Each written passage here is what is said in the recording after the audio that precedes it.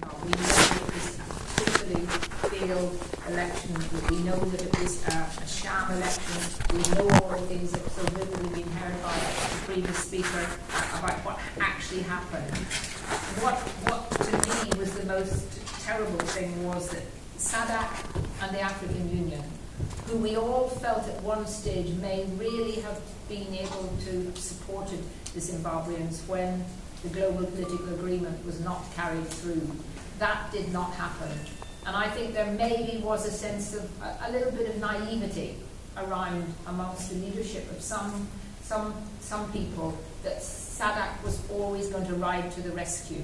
Well, I think if we are depending on SADC to ride to the rescue, we're going to wait a very, very long time. And I thought that to me was the most depressing thing, that we now even have the Secretary of the United Nations, praising Mugabe for his victory at the polls. And I think our mistake was to recognise, not to recognise earlier on, that once the GPA was signed, we collectively should have been able to say no much earlier to going ahead with the elections until so many things had been sorted through. We didn't get even half of what was in the GPA, and yet it was decided to carry on and go through with what was clearly going to be a failed process. And I think also we underestimated and maybe I did, and you didn't, but I think everyone in some senses underestimated just the cleverness, the power, the sophisticated nature of ZANU-PF,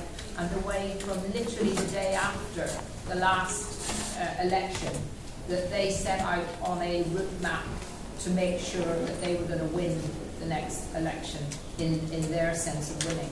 They knew they couldn't have the violence out visibly on the streets like happened last time.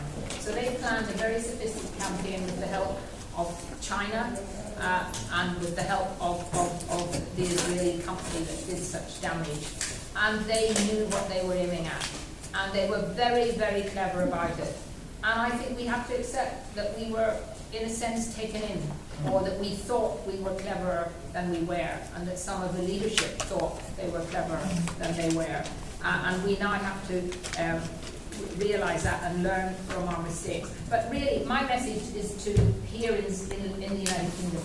I want to see the diaspora begin now to really create a movement of Zimbabweans in this country that can be such a powerful voice that our government has to listen to them. So what you say about the further sanctions being taken off by the European Union, I want our government to have to listen to what you say, not make up their mind based on what France or Germany or Belgium says, but what the diaspora wants to happen on those sanctions when that debate comes up in February in the European Union. And I want to see you being very, very clear that any Zimbabwean who is in this country, and I know this is something the Zimbabwe Association cares deeply about, any Zimbabwean who's in this country, whether with the right to be here or still fighting to stay here, or an asylum legal battle, that they're actually doing something and able to do something to be able to get a skill,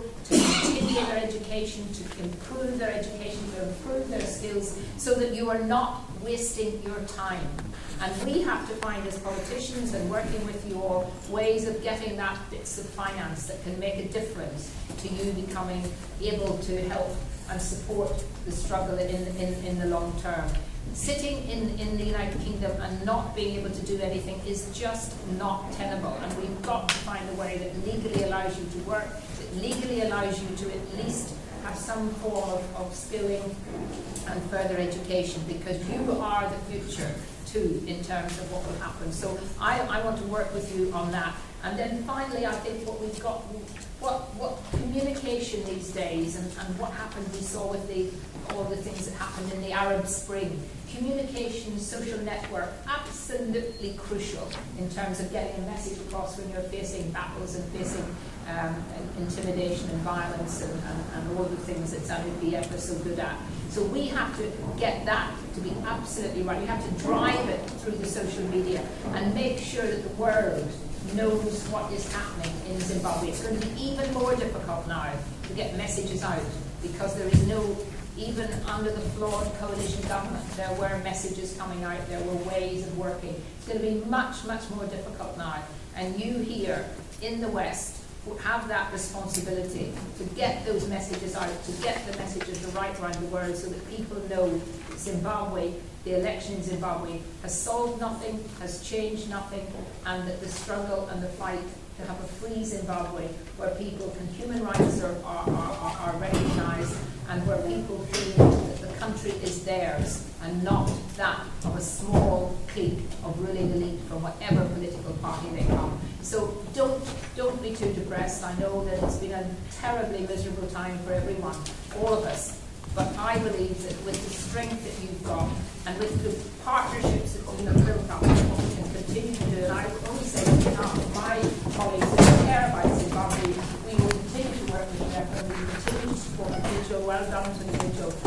You have been an absolute shining light throughout these long years, and you have got it right on so many occasions when the politicians got it wrong. Have a great day, and I look forward to hearing your final conclusion.